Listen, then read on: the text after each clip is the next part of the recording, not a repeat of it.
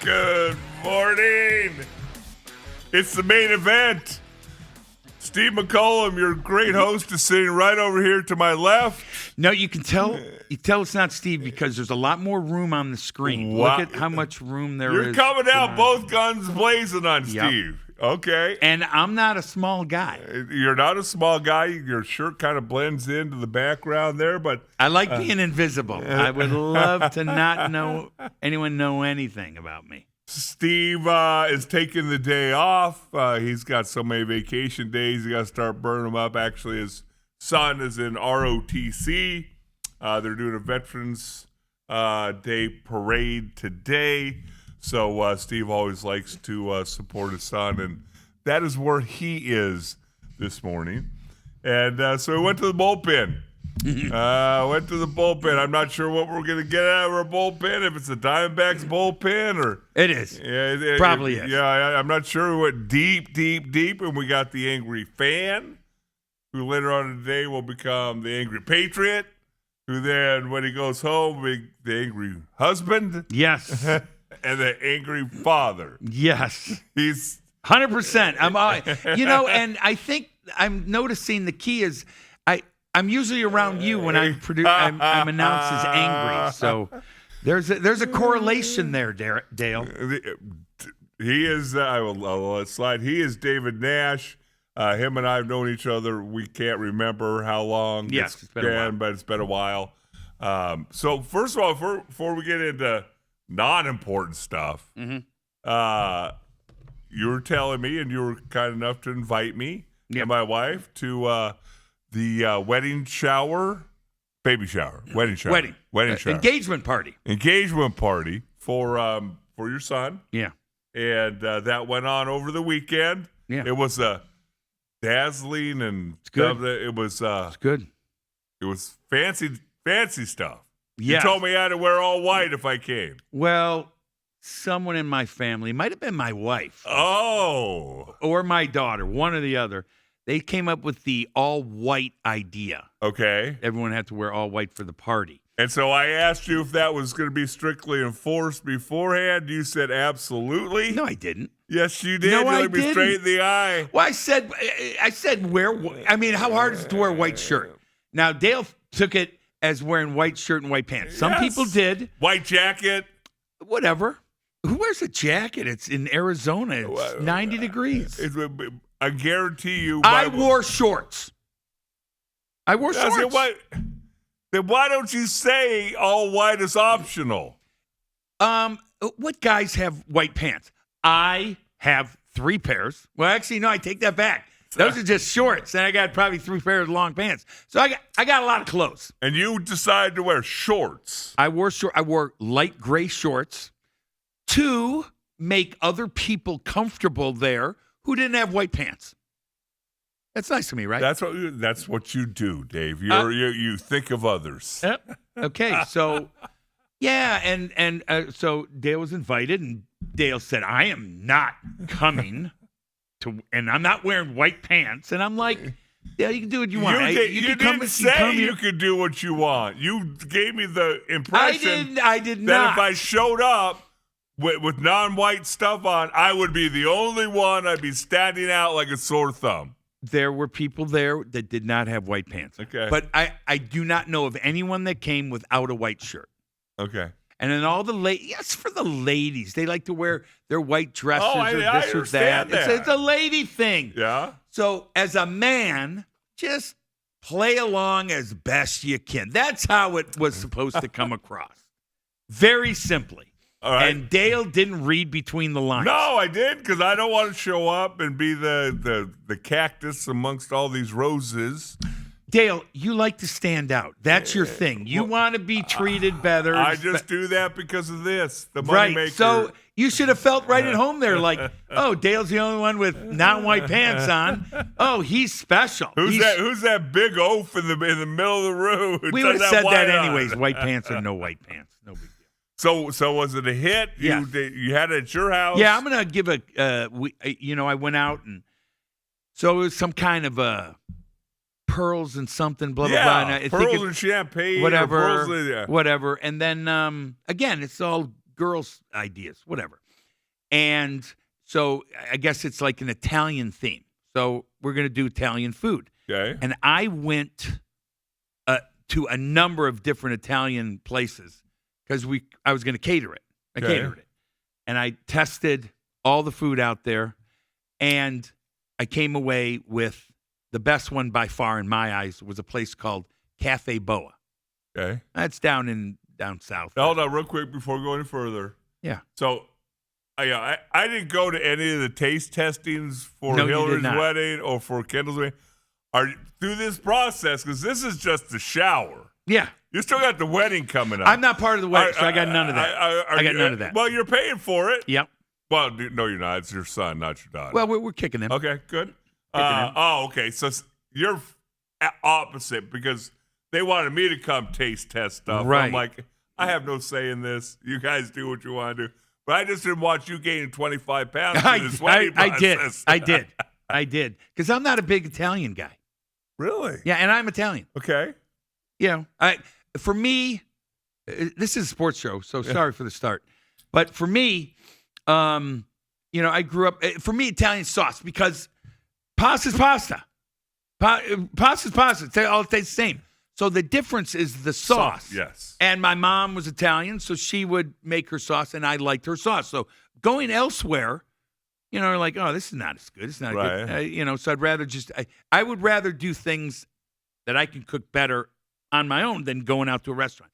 But I found Cafe Boa, and that was really good. And I just want to give them a shout out because actually we got text backs from people after the party, and they said the things they brought up was, wow, the food was great. So good for Cafe Boa. That's awesome. So like, and I'm not getting a spiff from them. Yeah. I'm not. They're not giving me any money off for this. Yeah. That's nice of you to give them a shout. What kind of foods did you have? Did you have like lasagna? Did you have? I didn't do lasagna, and I tried all that. Because it was all white, except for you. You're bitching about it. People in white. I'm thinking I'm not going to do a tomato sauce. So I'm going to do more Alfredo. Really? Okay. Or like a mix. They have a marinara Alfredo mix, so it was like a pinkish sauce. So you're again. This is 2 times you mentioned you're thinking of others, and we're not 10 minutes into the show. Is that shocking? Is that hip and back really bothering you that much? Yeah. Are you on drugs? Yes, I probably am. But when you do linguine or spaghetti, the needles flap all over, and you're going to have a whole spray of stuff. So I only did penne or rigatoni, which is the, Look at you. So it's not flopping all over. So we did all the penne and with the sauces, and I did about 3 or 4 different kinds, and they were great. And I tried them all, and they had more, but I went to the ones that I liked, and so we had a lot of food. And That's awesome. Yeah, it was really good. Everything was fine. Were you in charge of making the house look spick and span, or did you hire somebody? The wife and her friends put it all together with all the decorations, and it was an ordeal. Because even when we just have a small get together at our house, and whether it's just guys, right?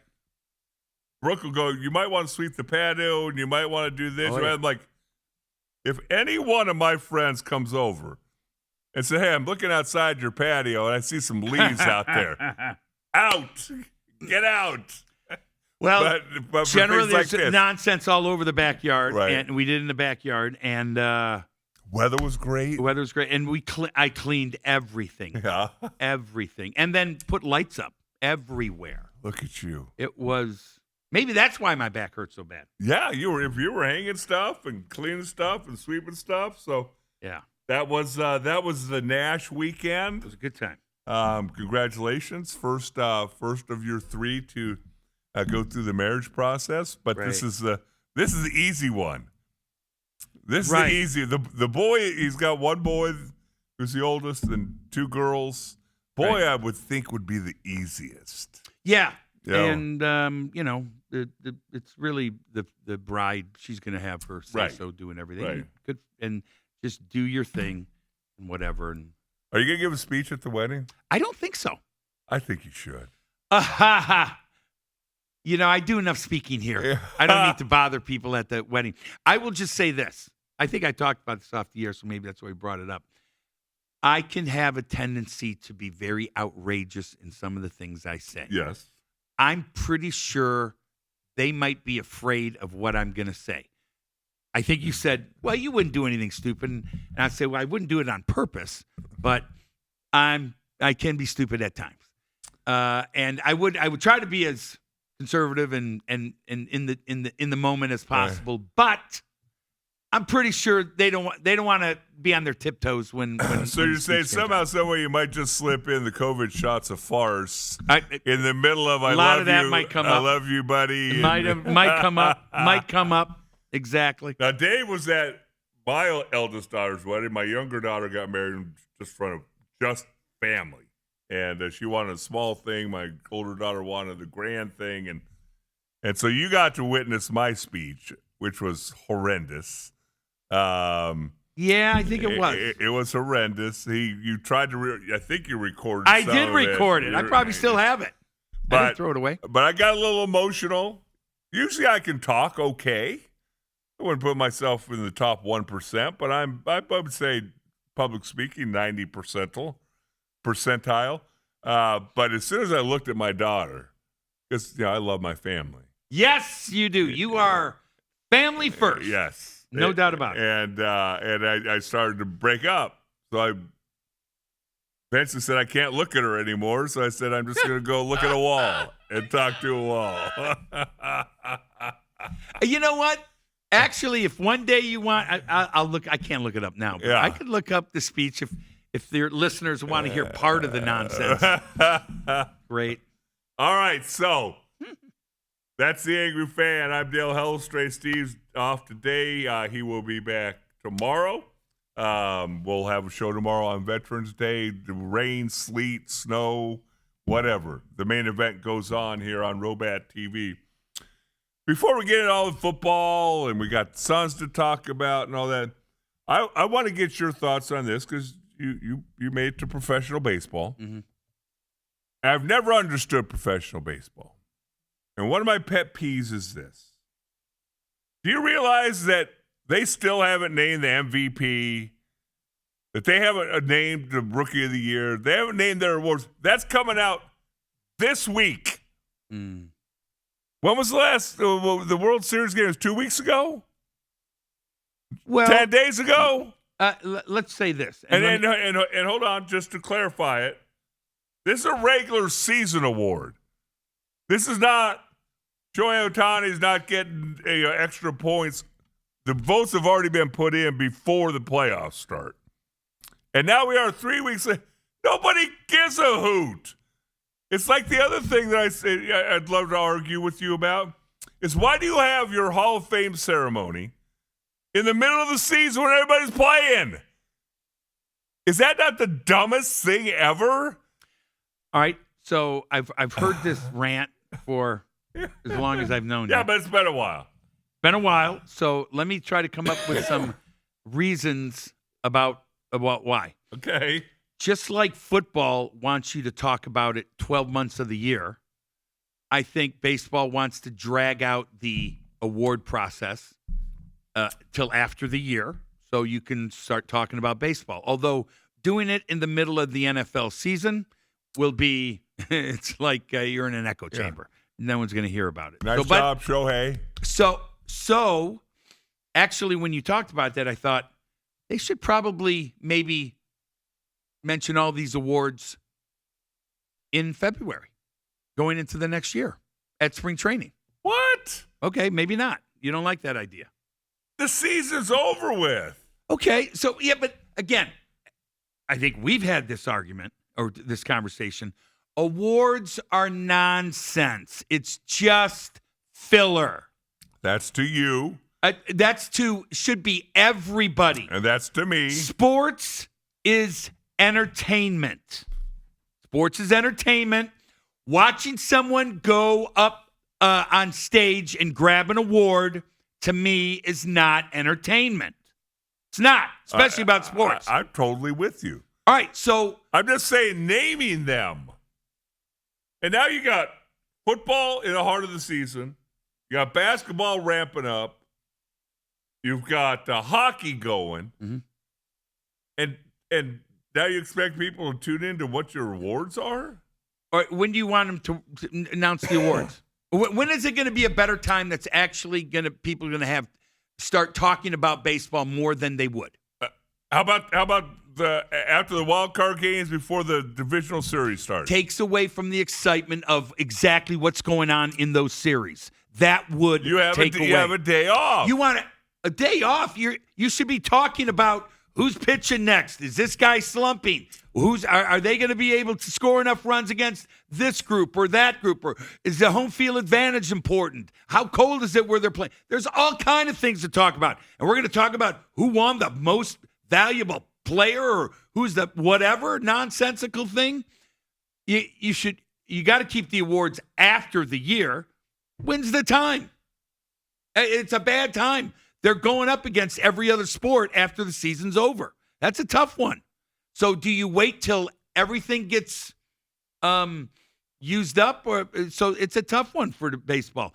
But as football does, and we've talked about it, because they're popular, and I tell you what, I don't know why they're so popular, but they want you talking about the NFL every month of the year, 24/7. Right. And so they spread everything out. But they announced all their awards before the Super Bowl. Yeah, because, again, you have a whole week to talk about it. Baseball is daily. Daily. There are no breaks. Daily. It was the national pastime.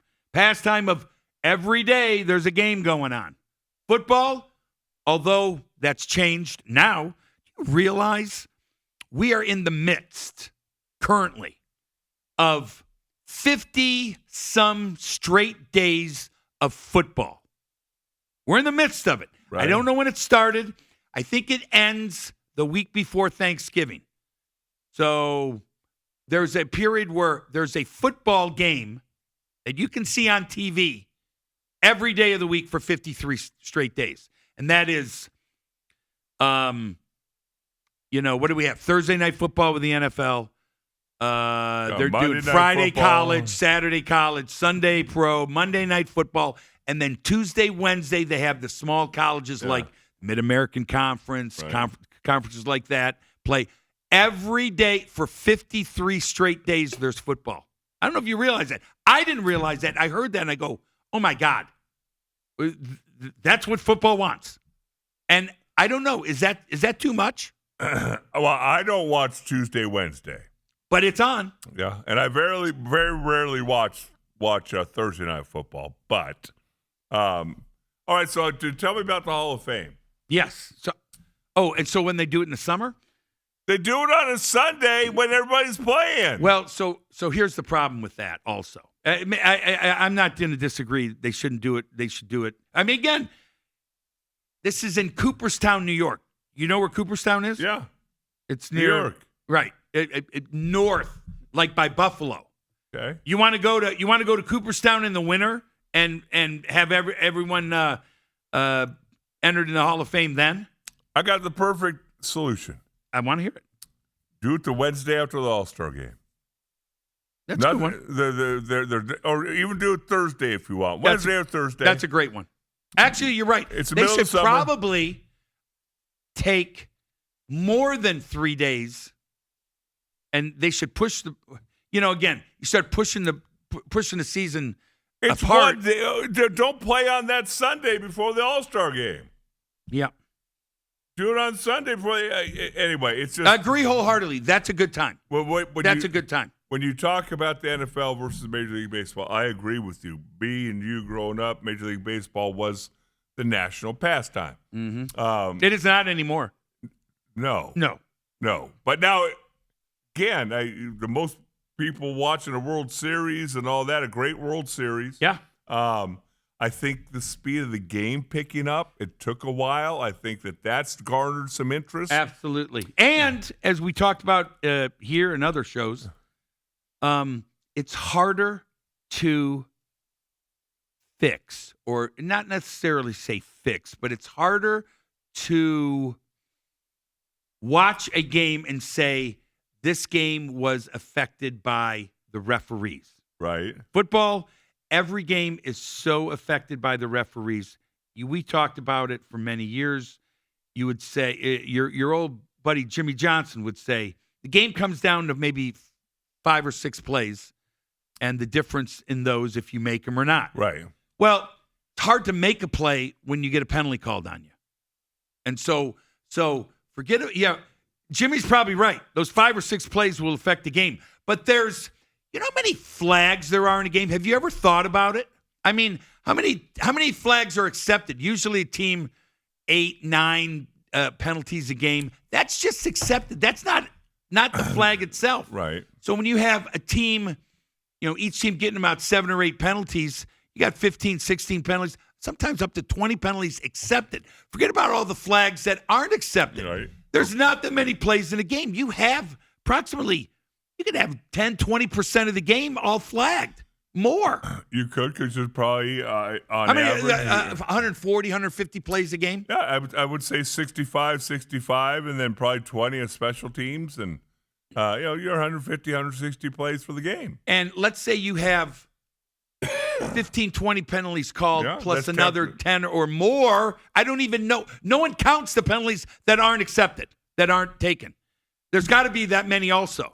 But just as you speak of baseball, okay, yeah, saying it's hard to fix, right? Although you can get probably harder by the referees, by the umpires.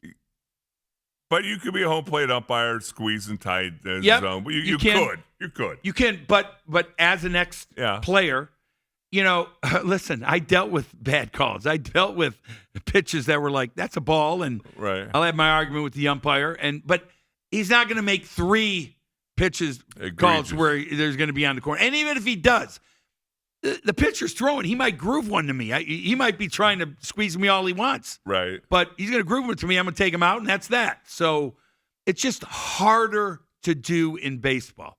And, yes, you're going to make bad calls where you see he's safe and he's out. But now they're taking care of that now with instant replay. Well, it's a replay, and they're going to have the strike zone and all that.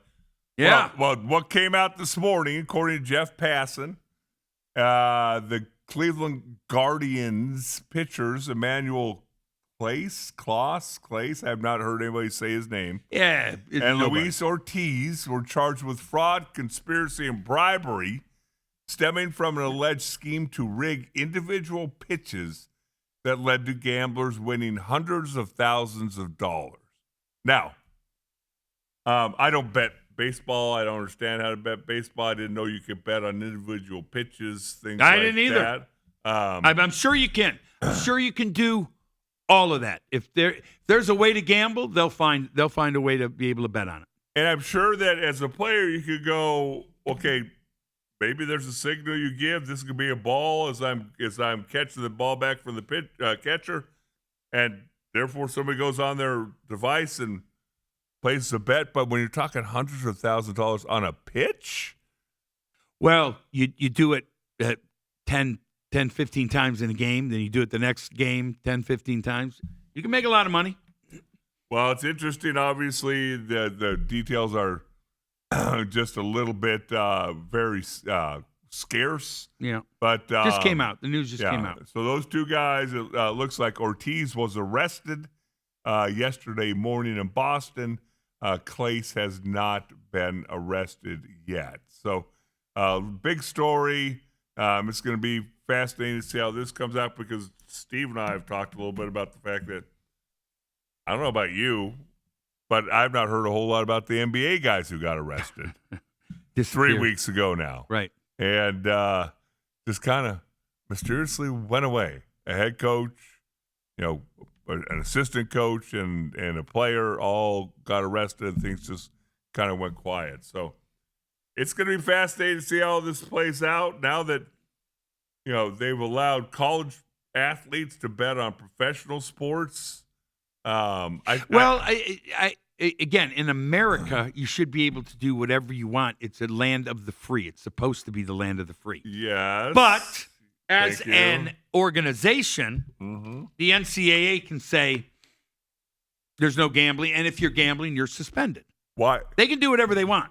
As an organization, you should be able to do everything you want because, again, it should be a free country. Right. And if you own a business, you should have the freedom to make your rules in your business. And if you are a citizen and don't like those rules, then you can choose not to support that business.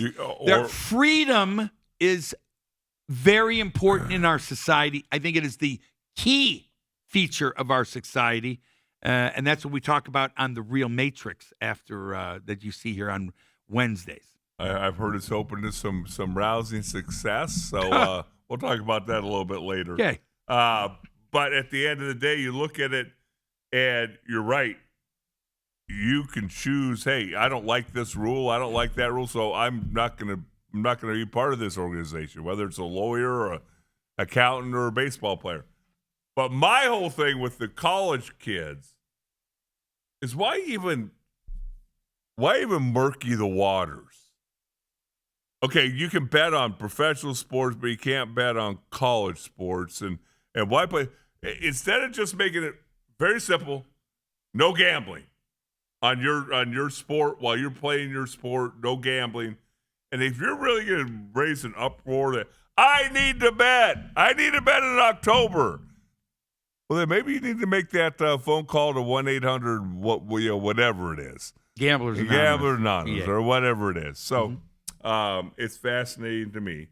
What we'll do here as we're approaching the bottom of the hour, we'll take a quick break, and then we'll get into it. We got some local teams that played over the weekend. Well, we had a basketball team that did. Had a football team, not sure if I don't think they really played. If they really played or not. No, not at all. But we'll get into that. We'll get into Deron Payne and what an absolute knucklehead he was. Don't know if you saw that yesterday. David, I've always said, hit me as hard as you can. I got my helmet on. Hit me as hard as you can. I got my. I promise you, you're going to get hurt before I am. You have said it more times than I care to remember. He's the Angry Fan. I'm Dale Hellstrom. Take a short break. We'll be back with sports right after this.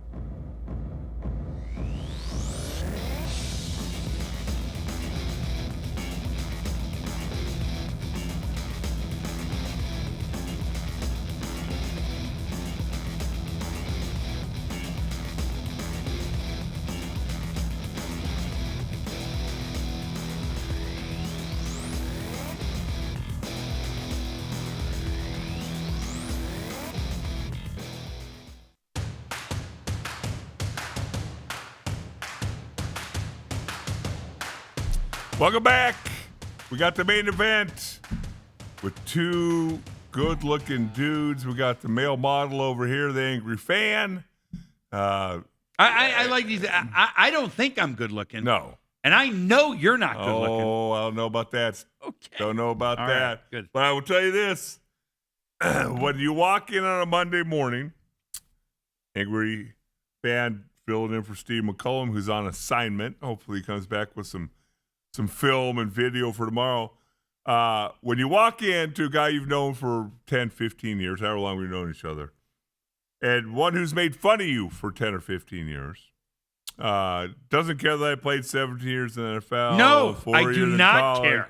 will make fun of the way I walk. Yeah. make fun of the way that I feel. Yeah. And when I walk in on a Monday morning, I see him. He's looking a little impish, little peaked. And first words out of his mouth, not good morning, not hello, Dale, is I'm getting hit by karma. Yeah. And Dave is now feeling what it feels like to not feel 100% in your body. Oh, I've always not felt 100%. Yeah, but this whole time I could literally see your shoulders were slumped a little bit. This is beating you down a little bit. You know, and I don't know what it is. It's either back or hip. I already have a new hip. Yeah. I already have a new knee. I'm really You're playing tired. baseball. Yeah, I know. I really, I don't want to have any more new parts. I want to finish with the rest of my parts.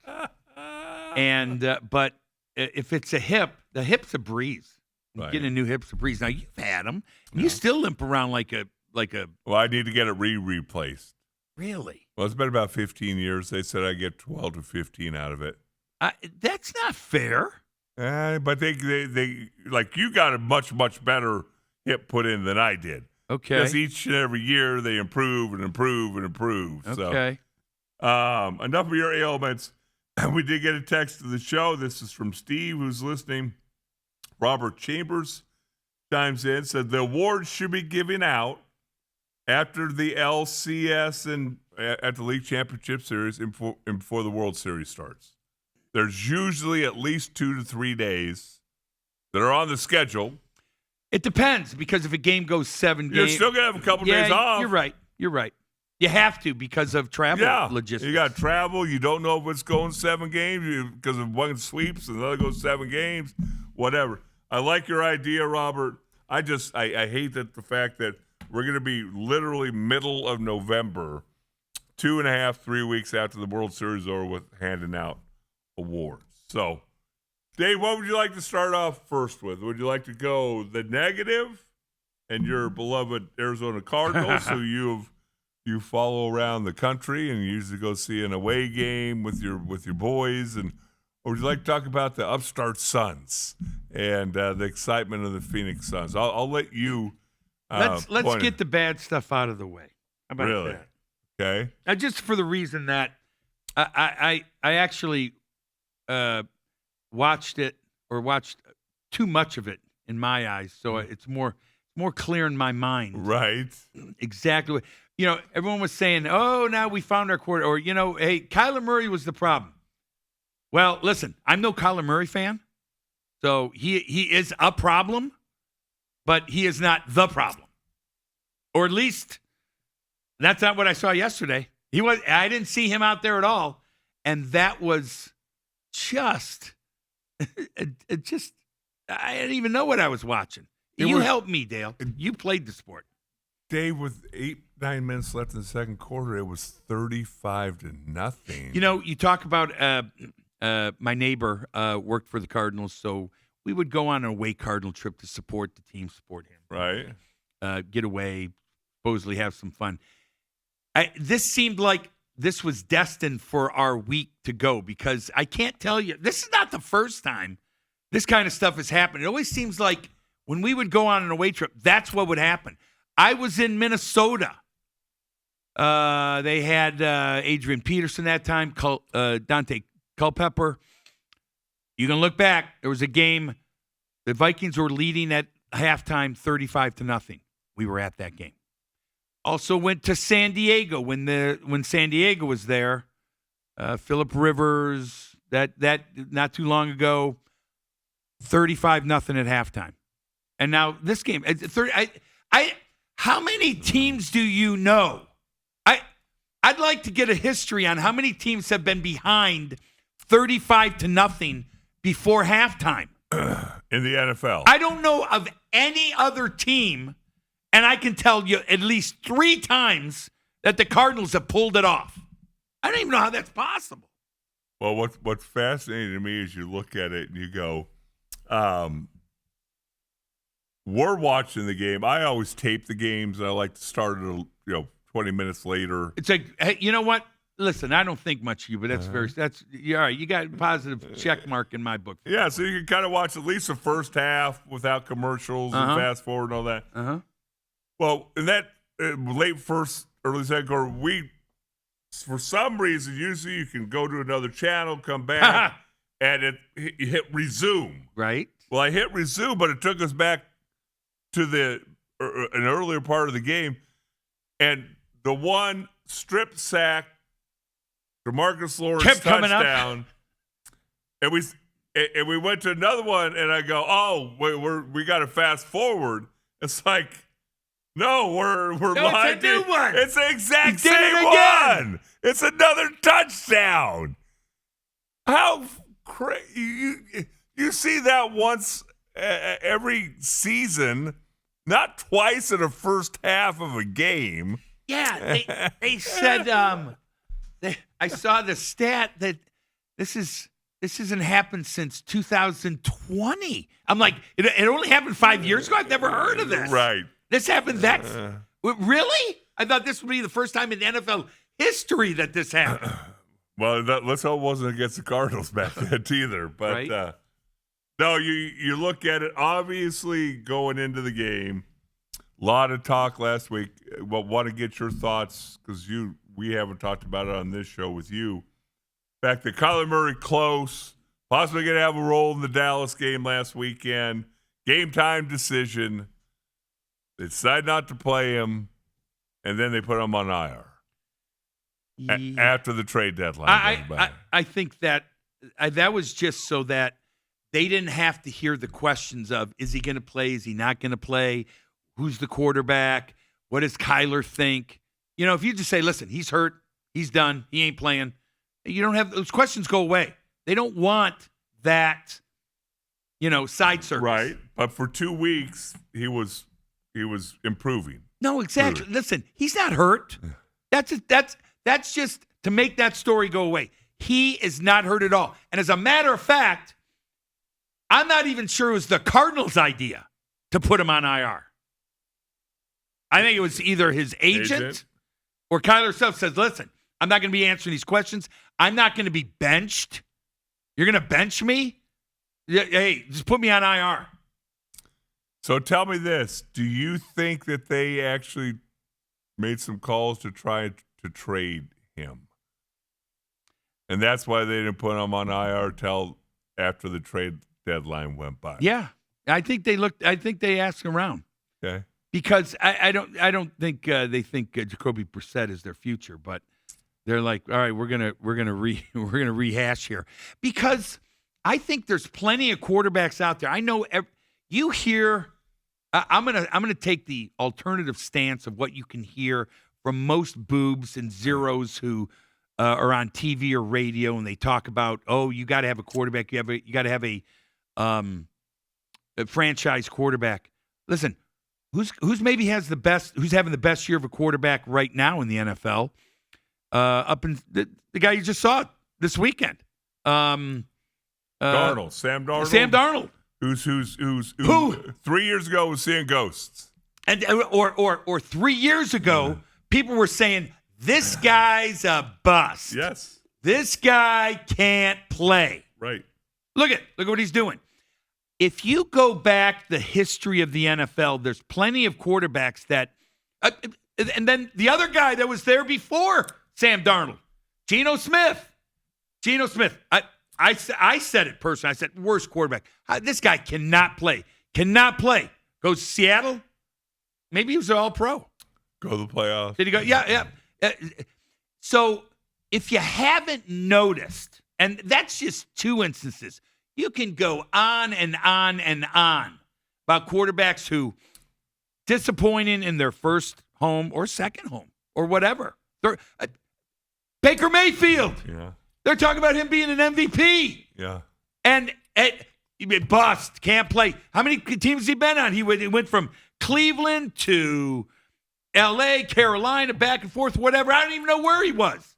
And now he's an MVP. People were giving up on him. These guys, they all can play. You have to have the right situation. So I'm looking at a guy right now, that kid from the Jets, Wilson. And I forgot his first name now. Zach Wilson. Zach Wilson. So he's got a rifle of an arm. He can move. He was with the Jets. I mean, it sounds like if you're with the Jets, you're going to have problems. You go there to die. And he might have potential to be a good quarterback.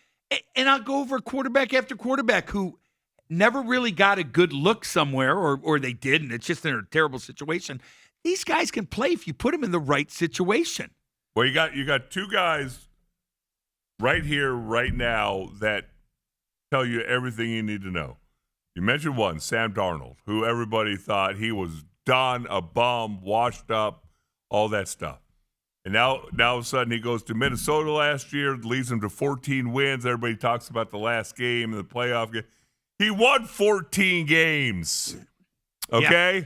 And now everybody's like, oh, well, you can't go to Seattle. You can't go to Seattle because, what's going to happen? Now he's got Seattle playing as good as any team in the NFL. And then you look at the Daniels kid, who played for the other New York team, who is now in Indianapolis. Indiana Jones. Yeah. I'm sorry. Yes. Indiana Jones, who couldn't play in New York. Why, eyes and scared and whatever it looked like. Look at Daniel Jones. Come out of nowhere. And then there's another kid I was just thinking of. Oh, the kid up in San Francisco. No, not Purdy, but the guy who's replacing him. Right. Isn't that Jones, too? No, it's not. Mac Jones. Mac Jones from Alabama. Exactly. Yes, so, yes. Anyway, hey, you give Purdy $40, $50 million, and this guy's making what as a back $2, $3 million? You don't even notice the difference. I've said before, NFL teams are as stupid as they come. Anyone involved in football, sorry, Dale, are as stupid as they come. Their brains have been beat in. They can't think at all. If you can get a Mac Jones or a Daniel Jones, all the Joneses, there's Joneses out there everywhere. And you can get them for a fraction of the money, pay them. You can get better players around them. You can win 1,000 different ways. It doesn't have to be the franchise quarterback that you get out of the draft that you're going to have for 15 years. These guys they all can play in the right situation. Just got to find them.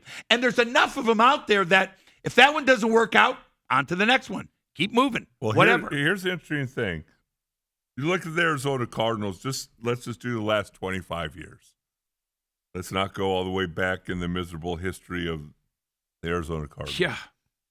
Who have they had their most success with? They signed Kurt Warner, draft Matt Leinart. Kurt Warner, people always forget. Kurt Warner got benched in New York. Mm-hmm. There were questions about his thumb, questions about his injury history.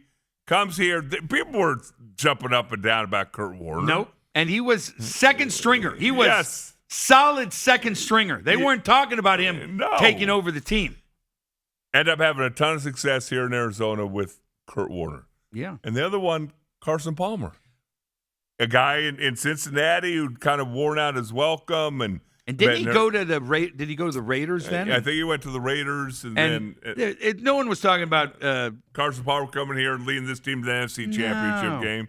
No, versus drafting young guys. And what I've always said, Dave, when it comes to football, what blows my mind is whether it's a coach, whether it's a player.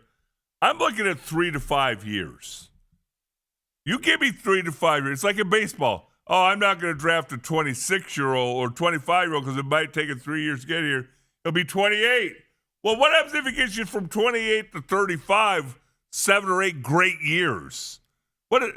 Versus an 18-year-old who might not ever make it. Again, so those are things I talked about before. You know that, Dale. So you remember I said, think outside the box. All these teams, one team has success and everyone team, because they're so stupid, I mean, just morons and can't think, they go, oh, we got to do that. We got to find that guy. We got to go find Tom Brady. And we got to find this guy. running teams, New York Giants, they were a tough running team. They won. Everyone was like, "Oh, go run." Then the Rams came along with Kurt Warner, like, "Oh, we got to throw the ball." Everyone copies instead of saying, "You've won." You can win in every different way. Defense, the Baltimore Ravens of early 2000s. Right. There's 1,000 different ways to win. 1,000 different ways. Find your athletes. Find a coach that has the ability to mold his direction, his agenda with the talent he has, and you can be successful. If everyone is waiting for the next Tom Brady, it's not going to happen, or whoever the next new dish will be in the NFL. It's every year, we have to copy these guys because they're doing it. They're successful. It's nonsensical. Well, everybody's looking for the next Tom Brady. Oh, hey, the next Patrick Mahomes is coming along down the pipeline. You're not going to find Patrick Mahomes is not coming along. And if someone comes along like him, it's going to be different. Those people are unique. Those great athletes are unique. Enjoy them for what they have. Enjoy for them what they are. But they're not coming along down the line. It's not a production line to them. Right. That's why they're That's why they're exceptional. And they're not out there on the shelves. Right. And you don't just walk into Walmart and buy a couple of those. And again, Patrick Reed. I mean, sorry, I didn't even remember the coach over there at Andy Reid. Patrick Reed. He knew enough, and then you need a coach that can see talent, understand talent, and then work with the talent. Same thing for the guy up in Denver. I got Alzheimer's. Everyone's Sean Payton. Sean Payton. Of that draft, he loved Bo Nix the best out of everyone in that draft. And there were reasons. He actually had criteria set up for that, and he had reasons for it. And Bo Nix might not be a Hall of Famer, or Bo Nix might not be an MVP, but there's things he does that are very unique, and you can win with them. I think, matter of factly, they might have the best record in the NFL right now, and they're doing it with smoke and mirrors, but you can win. Yeah. There's not just one way to win. And you can look at what Bo Nix has done this year and say, well, the offense isn't that good. They're this, that. He took a team that was one of the worst teams in the NFL the year before, and they went to the playoffs last year. Yep. And now they have the best record. They might not be doing it impressively, but it's success. And it's almost the question we just saw last night. Pittsburgh have a bad night. And I can hear people are say, Tomlin can't win.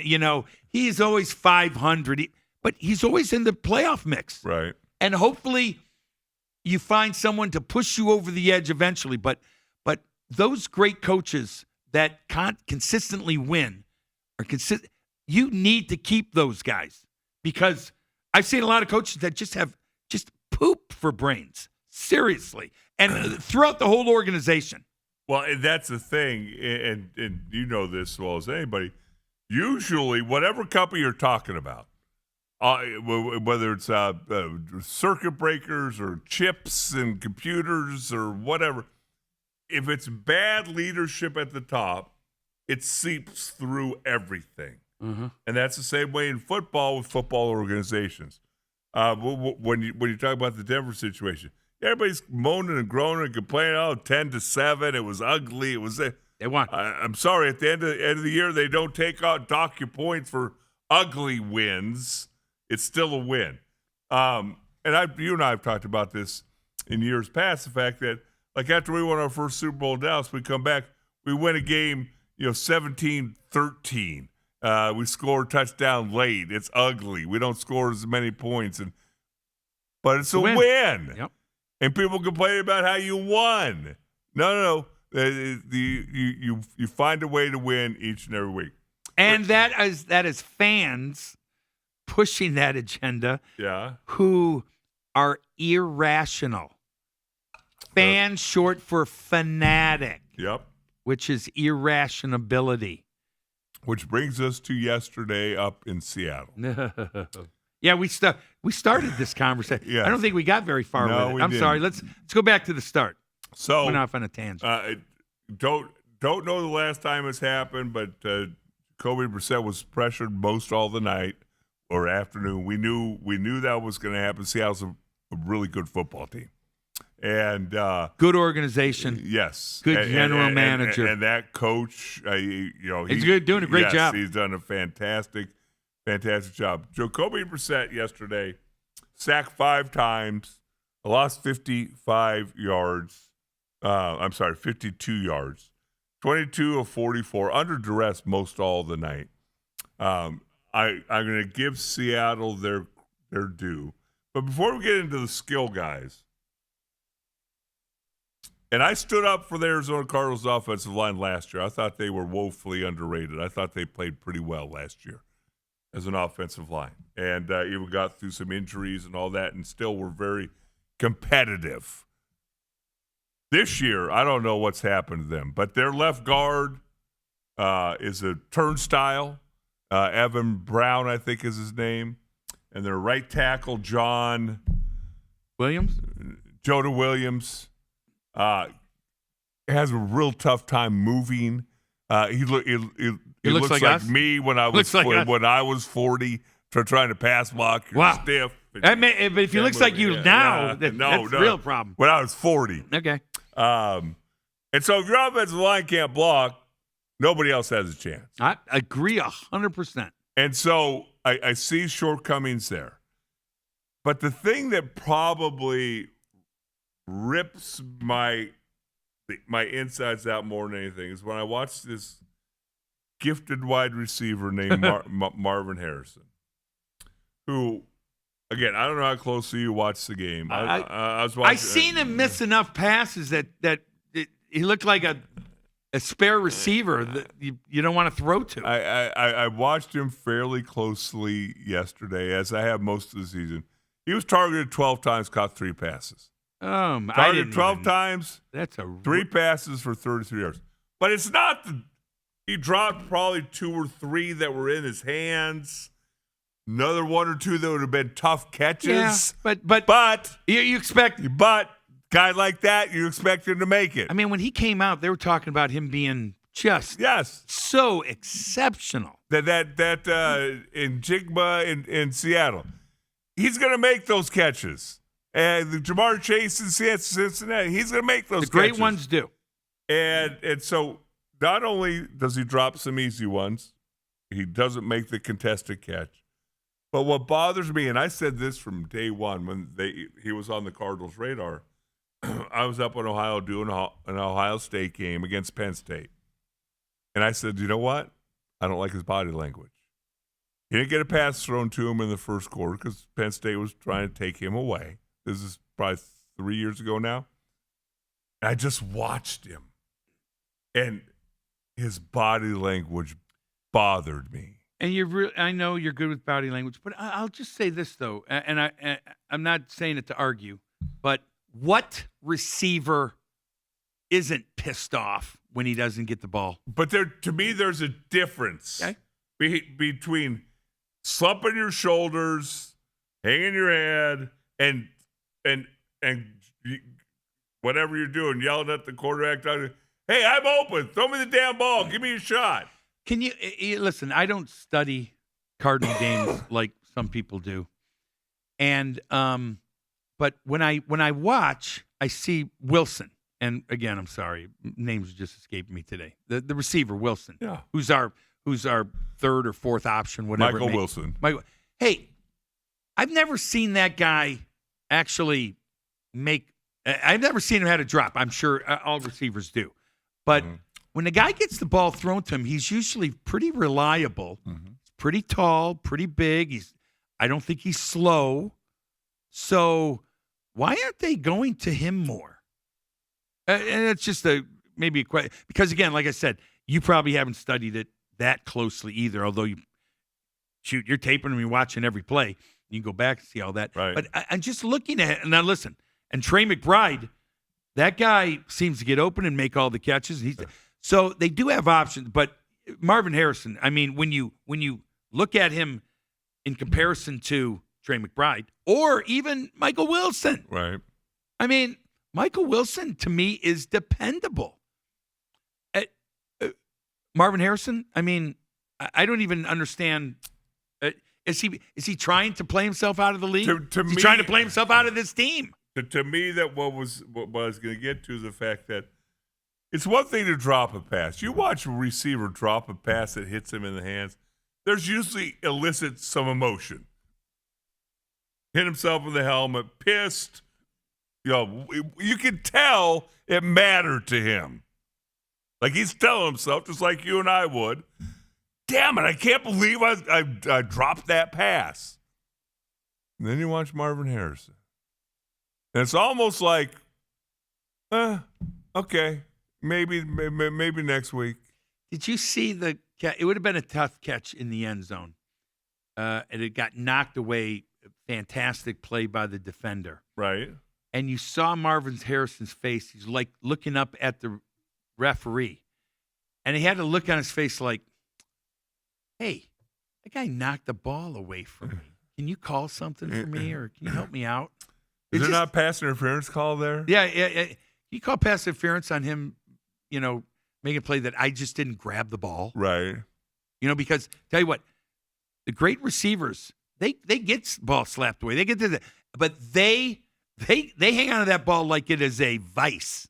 You're talking about a 6'4" receiver who waits for the ball to come into his body. Yeah. Instead of going up again at its high point. He's got a height advantage on 95% of cornerbacks. Have you? I'm trying to remember back. Did you ever see Larry Fitzgerald catch a ball in his shoulder pads? Right. No. Everything's hands, yes, right? Yes. Strong hands. Oh, goodness. Well, we got a little bit more to talk about there. We'll bounce around the NFL.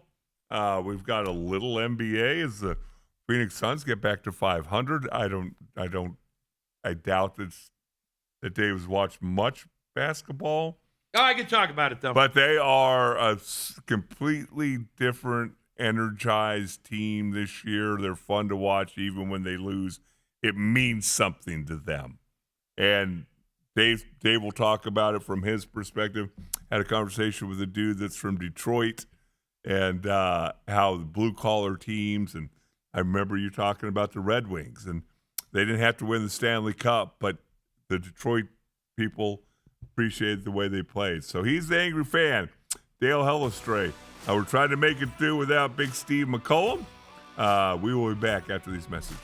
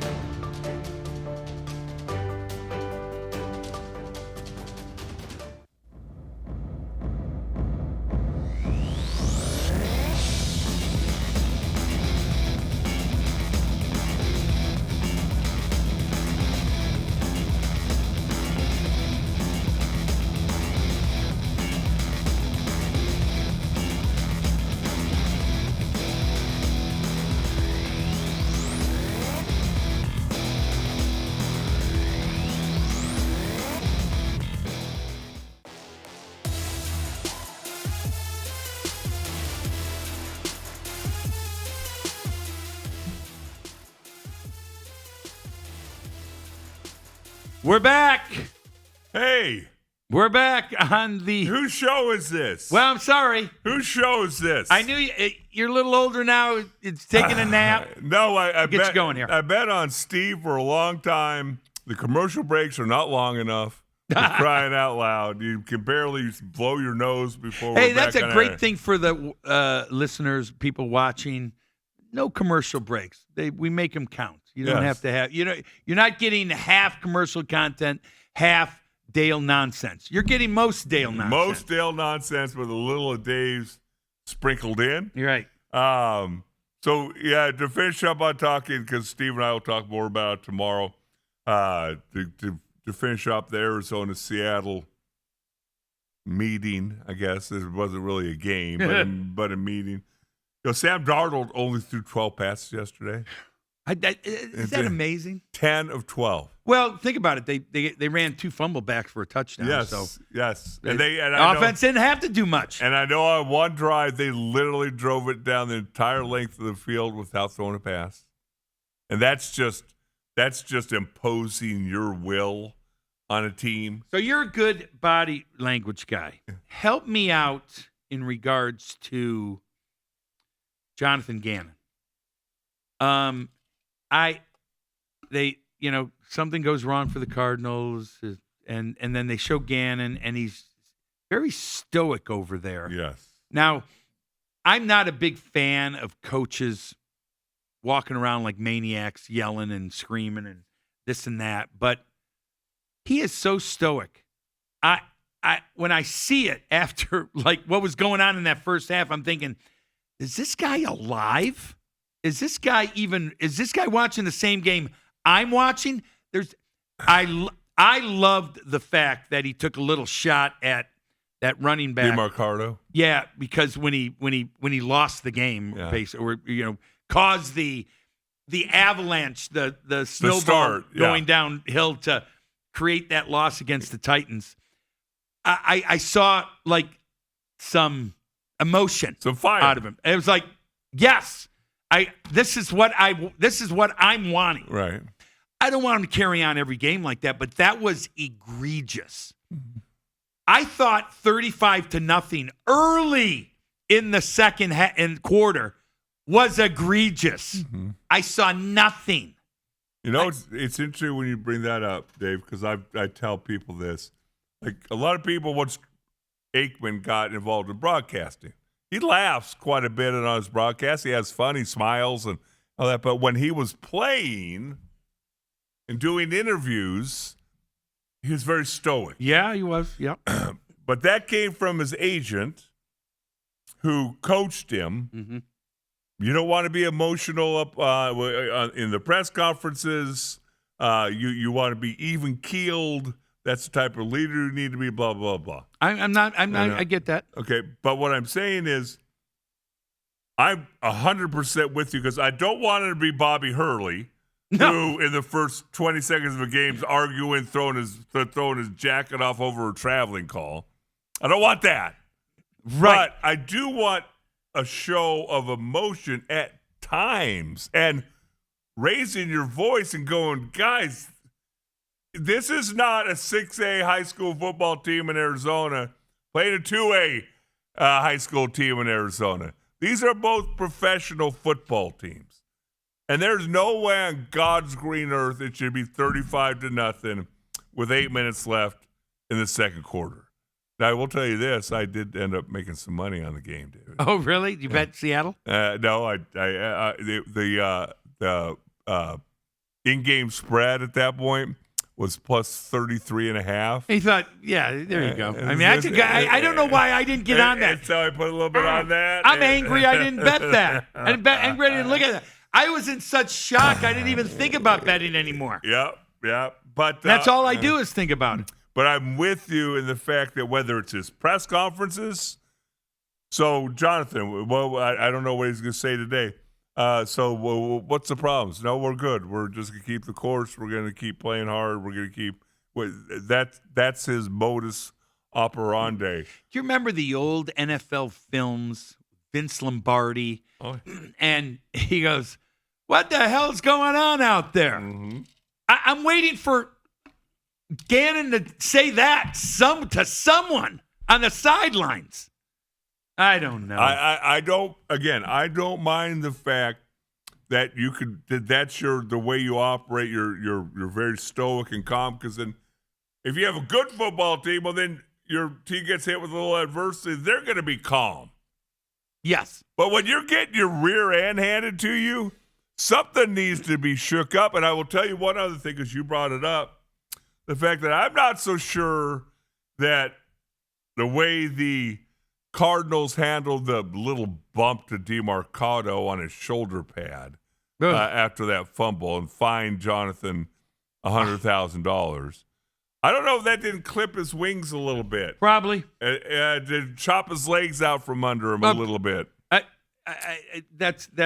don't even understand how that is a fine. I don't understand because at all. And you weren't on that week. We didn't talk about it. But no. Here's the way I look at that. There were two offensive linemen standing right there. Yeah. One of them was Hernandez. Yep. The right guard. He's a brawler. He's a fighter. He's scrappy, whatever. And the other one was the left tackle, Paris Johnson. And I guarantee you, if they thought it was inappropriate, there'd have been a reaction from them. Well, they're not going to throw him down on the ground. They're not going to. But there would be a reaction from them. I didn't like the reaction from them before Gannon came there. I think Johnson had his arm around him. Yeah. Listen, I would have went up to him more and said, "Listen, that's over. You got to pull your head out of your rear. Yeah. Not let it happen again." And you're not talking in the PG motion. You're talking and it's more. like, hey, all right, we got to forget about it, make up for it, do better, whatever. But not, hey, buddy, sorry. I mean, I just there would be no hugs for me. Have you seen some of the highlights of Troy Aikman ripping the offensive line? Peyton Manning ripping the offensive line. Yes. Things happen on the sideline. Yes. And guess what? They did it when it was warranted. Troy did it. The famous highlight of him running down, walking down there and just ripping every one of us on the offensive line. You guys are babysitting, and you're not coaches aren't on you, but in very strong language. Sure. And I've seen Peyton Manning yell at his Pro Bowl center and them get into it. Those are the type of interactions that happen in silence when you're a competitive team. When you're all pushing towards the same goal to try to win games. When you just go sit down on the bench after another turnover or turnover touchdown and go, here we go again. It doesn't breed winning. It does not breed winning. And that's the other thing I was going to bring up, and we're leading there, is, all right, Gannon is his way and whatever, but where's the leadership in the team? Who do you – I mean, I think they brought back Calais Campbell because not only is he a great player and great talent, but he's experienced. He's played on winners after he left the Cardinals. Right. He actually was probably part of the Cardinals winning when they were successful. Yeah. So he's a winner. But where's the leadership? And it draws me back to the late great Pat Tillman. There was a guy that he was drafted late. I think he was a seventh round draft pick. Yep. And people said, well, he was too slow to play defense back, too small to play. But obviously we know of his character. Right. And I honestly think, to me, give me what's the roster? 53 Pat Tillmans. Mm-hmm.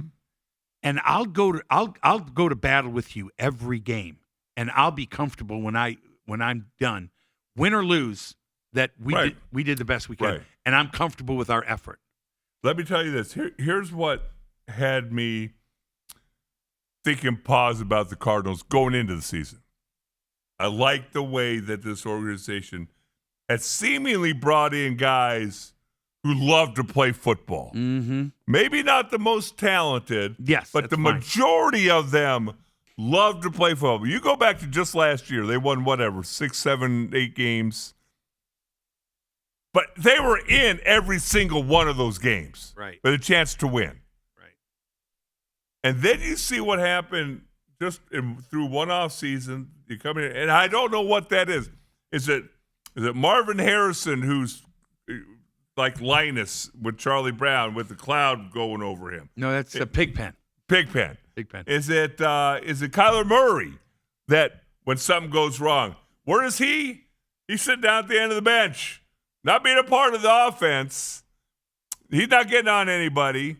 Who is it? And it's an offensive line.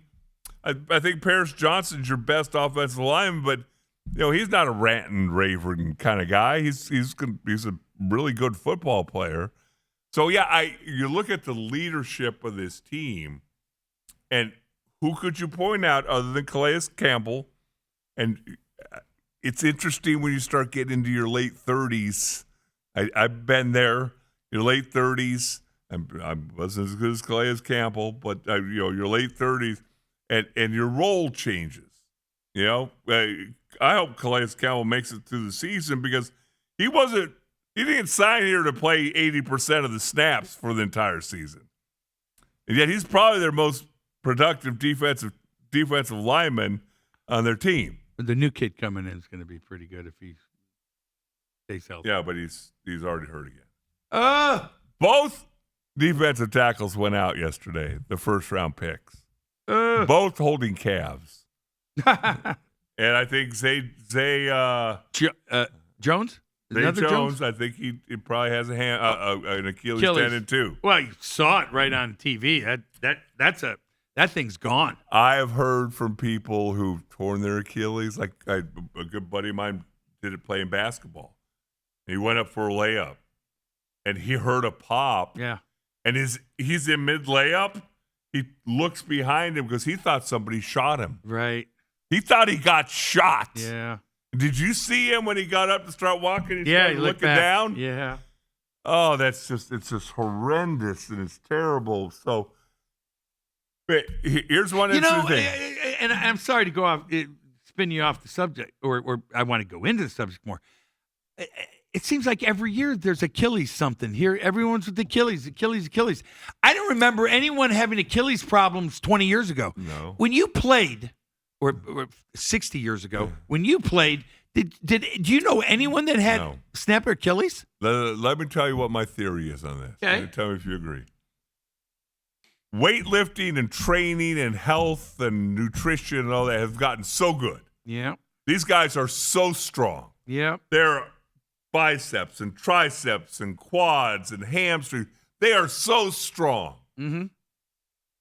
But science has not figured out a way to strengthen ligaments and tendons. Yeah. And so when you got more muscle mass putting pressure on tendons and ligaments, the tendons and ligaments have more of a chance to break.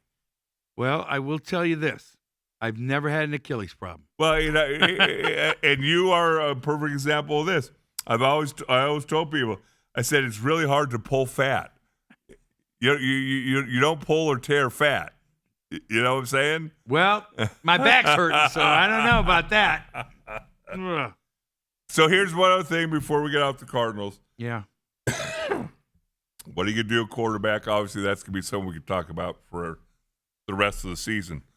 But there's never been an NFL coach to enter his fourth year of coaching without making the playoffs, at least once in the previous three.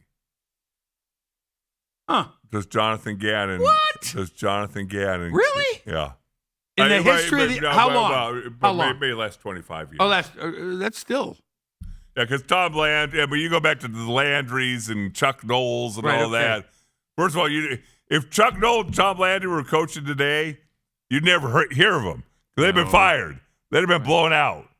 Right. But since, let's say, 2000, no coach has not made the playoffs in the first 3 years and got to coach a fourth year.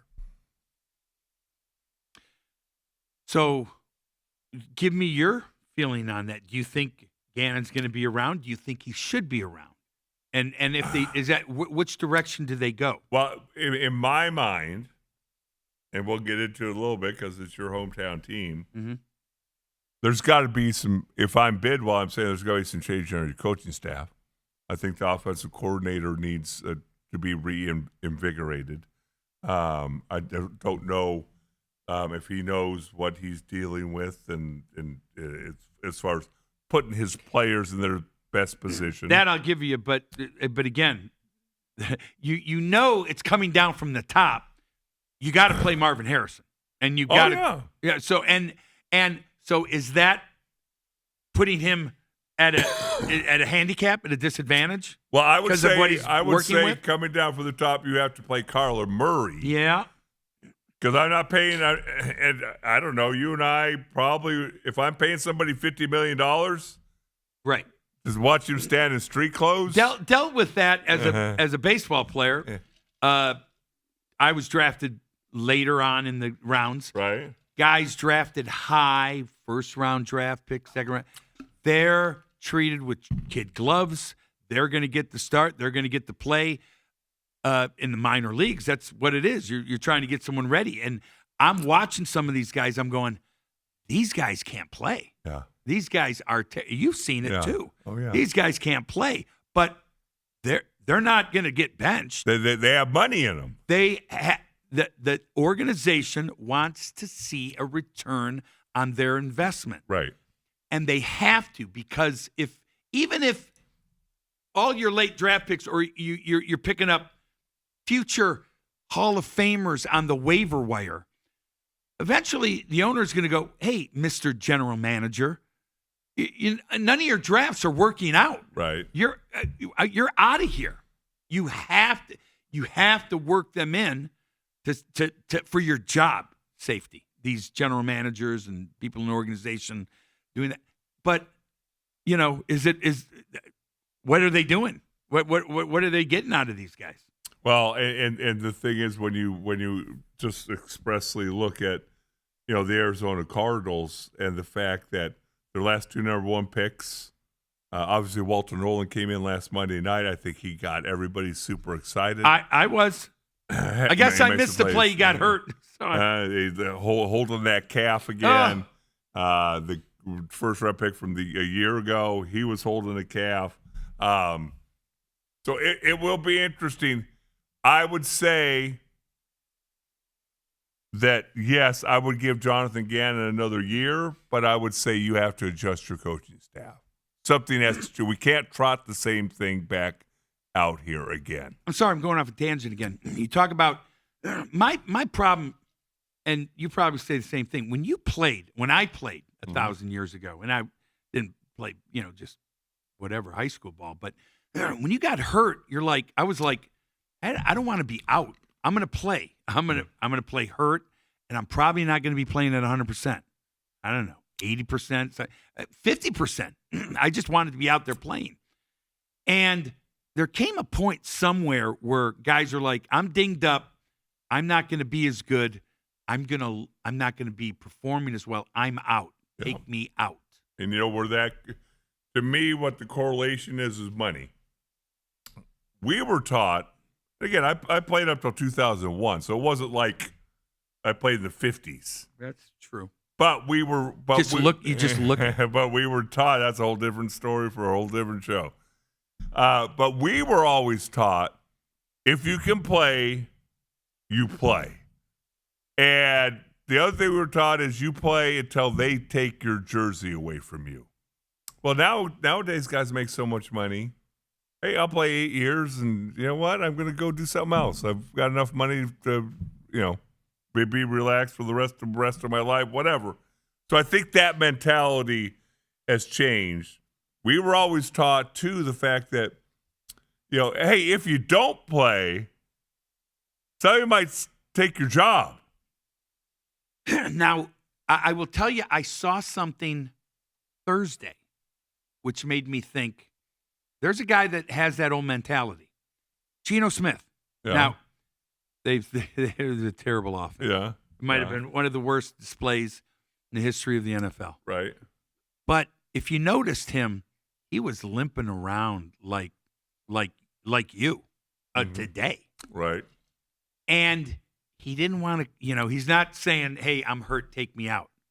After the game, limping to the dressing room. That is an old mentality that I think he had because he spent his first 8-10 years in the NFL not having a job, right, hoping to get an opportunity, and he still has that mentality of I'm getting in and I don't want someone taking my job. Right. Now, again, what that causes is he's probably not going to perform as well. Because I can't imagine he went from performing like an all-pro in Seattle the past, whatever he was there, 2-3 years, going to the team with the same coach that he had in Seattle, that he had success with, and they can't move the ball with some pretty good talent. I mean, I think Gentie's certainly potential to be capable. He's got a couple receivers that are okay. He probably has. If you're a Trey McBride fan, you might argue, but he arguably has the best tight end in football. Brock Bowers. And what I saw a stat there in that game briefly where they had 7 straight 3-and-outs. I mean, and I'm just trying to figure out how, other than the fact that this guy's hurt, dinged up, and he's really can't perform as well, but he's hanging in there. So there is a point where I think you can hurt your team if you're injured and you're really not performing up to standards. But that is seemingly, to me, the rare exception. But I do think it's still potentially happening in there. I noticed it with Geno Smith, but I'd say 95 to 98% of the time, other guys, they're out of there. Different game. I don't know what's better or what's worse. Let's move to your hometown team. Who they're not your daddy's Detroit Lions. They've had quite a bit of success over the last few years. Mm-hmm. Their head coach Dan Campbell came in, I think he came into mixed reviews with his opening press conferences, and we're going to bite people's knees off, and be a bunch of junkyard dogs and all that. I think he just took the NFL. Everybody's like, this sounds like very hokey and whatever, but he's turned that team into a team like that. I don't have the stats in front of me, but he was the interim coach in Miami for a period and had really good success with a team at that. Well, obviously he took over, I think, mid-season, so that's a team in disarray. And kind of turned that team around in a short period of time in that season. They didn't keep him.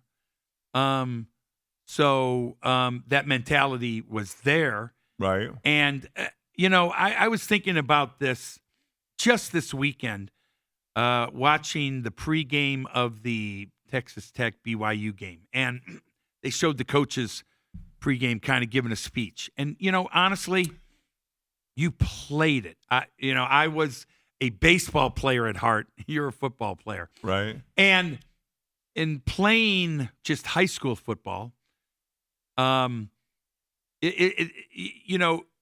got to have those speeches where you get yourself riled up. Football is at the core, although I don't think it is anymore in this day and age, but at its core, it's a violent game. Mm-hmm. And you need to be wired up and thinking, I want to hit somebody. I can't wait to hit somebody. I don't care if I get hit.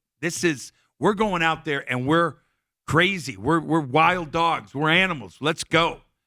And you have to have that mentality, I think, for success. I think it's rare when you could have someone come in like a Bill Walsh and kind of be the professor, or Tom Landry. Marv Levy. Yeah. But obviously, I would think on those teams, you still had the guys at the position coaches who would rile people up. I mean, you look at the Cowboys under Landry. I mean, you still had players like Randy White, who would just soon eat you for breakfast as look at you. You're right, but you look in this day and age of football, to have a Dan Campbell having the success that he's had. And I know they haven't been to the Super Bowl. They've been damn close, and they're winning double-digit games every year, and they're a fun team, and they're exciting. Even spending some money on players. But this week, sat out with his offensive coordinator on Monday and said some things have to change. And they said, according to him, again, I'm sure it was a dumbed-down version of their actual conversation. I don't think it was just a I'm going to take your play calling duties away from you. And the coach said, okay, that will be just Right. fine. And I'm sure there was a little back and forth. But Dan Campbell decided last Monday to take over the play calling duties. They hang 44 on Washington yesterday. Now Washington, after their magical year last year, it's not stacking up No, to be it's that not the kind same, of, but still, 44 points is 44 points. And Yes. they didn't run back to quarterback fumbles for touchdowns. for touchdowns. But he went on to say, look, it was an honest conversation. That I still need you, but I feel like this is something that I'm going to do. Talked about John Morton being all team, blah, blah, blah. And all that sounds good. But here's a guy who saw something, and the guy that he had hired wasn't doing what he wanted, evidently. And so he did something about it. Rather than waiting till the end of the season, Right. when it might be too late. And gosh, how do you not appreciate that? If you're a player, if you're another coach, if you're a fan, to see that happen. I agree wholeheartedly, and I said that before. We talked. We'll go back to, you probably said this 100 times on this show, so people are sick of it. But how when Jimmy was coaching the Cowboys, Right. he let Norv do his thing, but he would say, hey, I need a pass here, or I need this here, or I need that there. I don't know how much that happens in football today. Again, I don't think Jonathan Gannon's do it because I haven't seen him say a word on the sidelines. But I think a coach needs to say, and this is during that 5-game losing streak of the Cardinals where they were in every game and they lost by a field goal or this or that or whatever. I think he needs to say, listen, we need a first down here. We can't give the ball up. I don't care about the clock. Right. Because I see it too much. Yep. As a gambler, I'm always watching, especially in late in games. And I can see it happening, and I'll bet it. Thank God. I'll go, this team's just playing trying to run the clock out. And you can get into field goal range in 10 seconds, because I don't care where the ball is and your defensive end. You get it basically near midfield, and you're within field goal range. Right. You can't rely on your defense to shut down a team, and definitely the defense won't when you have a prevent defense where you got your safeties 40 yards downfield. Right. I mean, it doesn't make sense. I'm going back to, if you heard the first part of the show, that people in football are the dumbest people on the planet. Again, they get their start, these coaches, by being a grad assistant coach where they're not even paid. People who can't get a job, who can't get paid, go into this profession. They're idiots.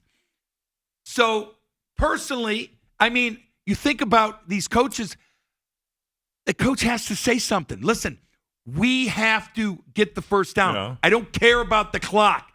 Talking about to their offensive coordinator. Right. And then defensively, hey, listen, they're like, I don't want to get them in the end zone. Well, a field goal will win the game. You have to play these guys tight. We can't give them anything. We cannot. You have to play goal line defense. We cannot get them in field goal range. I don't see any of that. I mean, seriously, you watching a football, do you have you seen a game where a defense has played, when they're up by a field goal or less? And they're like giving them the underneath crap. They're giving them the underneath passes. It's like, what? What's fascinating about that is what I have noticed is I have seen defense corners be more aggressive. They have to be. I've seen them blitzing. They have to. Get the ball out of the quarterback's hands. And that gives us a better chance than rushing 3 and giving them 7 seconds to throw the football down the field. And the other thing about Jimmy that, you remember the story was the fact that he couldn't call 5 offensive plays. He couldn't say, hey, I want to run, pro right, H motion, belly right. But he would tell Norv, hey, run the ball, pass the ball, or you got 4 downs. You're going into the series. Yes. You got 4 downs to get this. We need this. So now all of a sudden it's third 3rd and 8, I don't got to call a 9-yard pass play. I can call a 4-yard pass play knowing that I have a 4th down to pick it up. And I think some of that gets lost in today's translation. I didn't watch all the Cardinal losses in that 5-game losing streak, but I remember watching the train wreck that was the Tennessee Titans game. And that last drive that the Cardinals had, you saw that I think they ran the ball 3 times. And the thing I was screaming at to nothingness was you can't give them the ball back. I don't care if the Tennessee Titans or the Little League team down the street. You give them a chance, they're going to get in the field goal range. Right. Which is what they did. You can't give the ball up. Get the first down. And you're not going to get the first down by running the ball 3 times because they're trying to stop. That defense was coming. Yes. You notice defense put pressure on teams when they're down and they need to get the ball back. Yes. But when they're up, they tend to all of a sudden it's like, hey, we can give up a little bit. We don't want to give the big play. Right. And I understand there was the one play handful of years ago where last play of the game, the Jets gave up a 60-yard touchdown because maybe they were playing press coverage and they didn't have any safeties down there and whatever. I could see it happening, whatever. That would be disastrous, whatever. But you don't have to have everybody playing 5, 10, 20 yards off the ball. Mm-hmm. You do not have to have everyone doing it. Where's the press coverage when you're trying to stop them from getting field goal range? Well, that doesn't happen. And when you talk about putting pressure on a quarterback, getting him off his spot, all those things, disrupting his timing, all those things come into play. And you're right. Anymore, you get the ball on the 30-yard line. With the way these guys are kicking the football and field goals, you get to the other 40, 45-yard line, you have a shot. Yeah, you could get to the 50. 50, it's a inside a 67-yard field goal, and that's makeable. They're doing it. Yeah. Maybe not all kickers capable do it, but some guys are very capable of it. More than capable. I actually bet this year someone would make a 70-yard field goal. I don't know if that's going to pay off, but I'll tell you this. I think it was just a couple weeks ago, the kid from Jacksonville had a 68-yarder. Yeah. It would have been good. I was thinking, I was just going there like, hey, just stop him so he can kick a 70-yarder. Yeah. Hey, but put the spot 2 yards deeper. Yeah. Put it at 70. Yeah. Come on. Because he made it. He would have made it from 70. It's crazy. All right, we're going to take a break. That's the Angry Fan getting passionate as this show continues on. Want to get into a little bit of the NFL as far as surprises. Teams that you're looking at going, really? Mm-hmm. Are you telling me that team has the best record in the AFC or the NFC? And then we'll end up with little Phoenix Suns who got a win over the weekend against the Clippers. And Jalen Green down again with that hamstring. For how long, we have not found out yet. So, Angry Fan, Dale Hellestrae, Steve McCollum taking the day off. This is the main event. We'll be right back.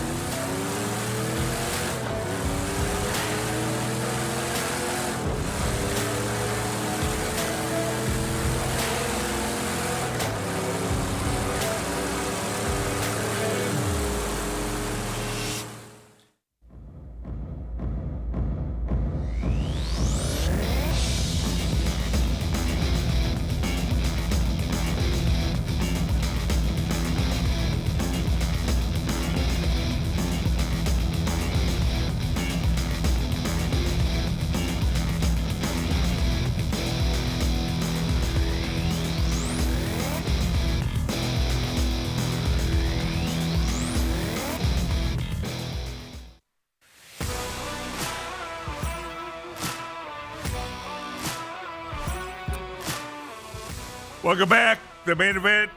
Dale Hellestray, the Angry Fan. The Angry Fan trying to replace Big Steve as he is at a Veterans Day parade. I need the camera to get closer to me, make me look bigger. We don't need it any closer to either one of you. No, that's the truth. You know what I'm saying? Totally. So, been talking a lot of football. We'll finish this segment with a little bit of Suns, but before we get into that, AFC. Look at both divisions here for the National Football League. The best record, two best records in the AFC, actually three. Three. You got the New England Patriots. Who expected that? I did. The Indianapolis Colts. Who expected that? I did. You did not think Indiana Jones was going to be leading them to the promised land. No, I didn't think that'd be the best record, but I bet them to win their division. Okay, well, that's different than... Well, they're gonna, so I got that. It certainly looks like that. And then the Denver Broncos, all 8-2 here after 10 games in the National Football League. I don't know what's going on with my chair here, but... Well... That's taken a lot of abuse, Dale. There's a weight limit to these things. Louise. Of those three teams, which surprised you the most, or are all three equally surprised you as far as being ahead of the Buffalo Bills, being ahead of the Kansas City Chiefs? I actually wanted to bet, I guess probably Patriots, even though I bet them not only to over their win total, but I got better odds to go way over their win total. So I thought they would be a playoff team. I thought they would win at least more than 9 games. I didn't think they'd be 8-2 at one time. But with Mike Vrabel, I think Drake May is just a solid quarterback, solid young quarterback. They had spent a lot of money. They had some talent in there, and they just had no coaching. So Mike Vrabel, big difference maker. I wasn't surprised they're better. I guess I would be surprised that they're actually in first place, right, and not just wrapping up maybe a potential wild card spot.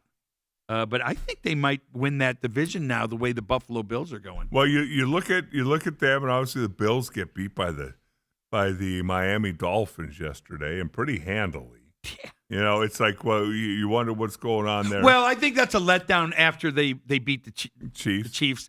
And we talked about this before. Dale was just like a dumb animal when he played for the Cowboys. And I talked to him early on when I knew him, and I said, teams have letdowns after a big win, or when they're going into a game where against the worst team and a team that's maybe winless. And Dale say, no, I took every game the same. You just don't. It's just human nature. Human nature is the Bills beat the Chiefs. It was a big game. Yep. And they just were not ready or prepared mentally to go up against the weak, non-scary, defenseless Miami Dolphins. Right. And it comes back to haunt them. It's happened every year. It happens probably every week, all across football. And there's just evidence again of it. So of the three teams, talk about the Patriots, the Colts, the Broncos. Mm-hmm. Do you see a pretender in the group? Yeah, I'm not. No, I don't. Listen, here's the thing. When I picked the Colts to win that division, I just picked the Colts to win that division because I don't think highly of any of the other teams in that division. I can see that. So, in regards to pretenders, I would probably say the Colts because I think Sean Payton is one of the best coaches in the NFL. And I think everyone's talked about their defense, how good it is. And I think Sean Payton will get the most out of that offense. They're legit. Right. And then, again, we already went over the Patriots. Vrabel, good coach. I love Drake May. Good team. They're fine. The Colts, I think, are doing it because they're in a crappy division. And I don't trust Daniel Jones. I don't trust Indiana Jones when the playoffs start. That I don't trust.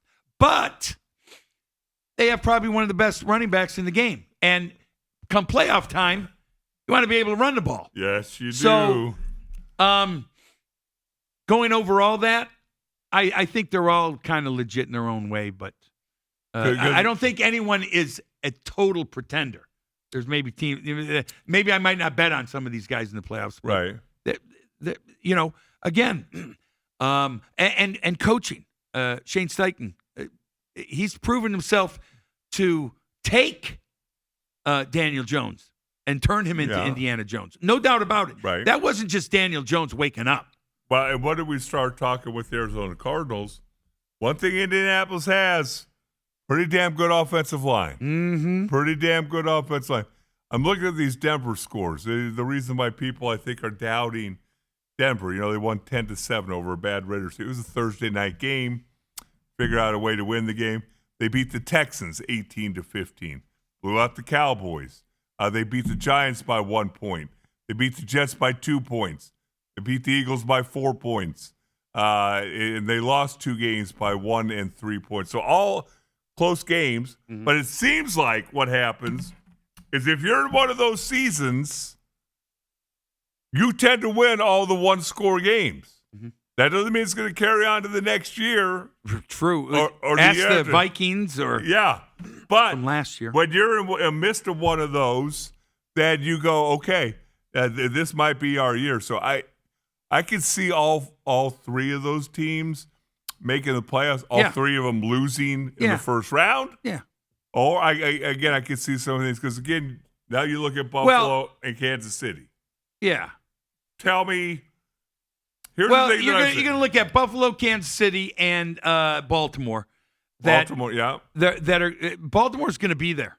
Baltimore's going to. Matter of fact, if you want to get good odds, you might want to get good odds now at Baltimore to win that division, which I bet early on in the year also. Well, as long as Lamar stays healthy, they're a completely different football team. Totally. But you look at Buffalo, look at Kansas City. Kansas City, they're 5-4. Buffalo's 6-3.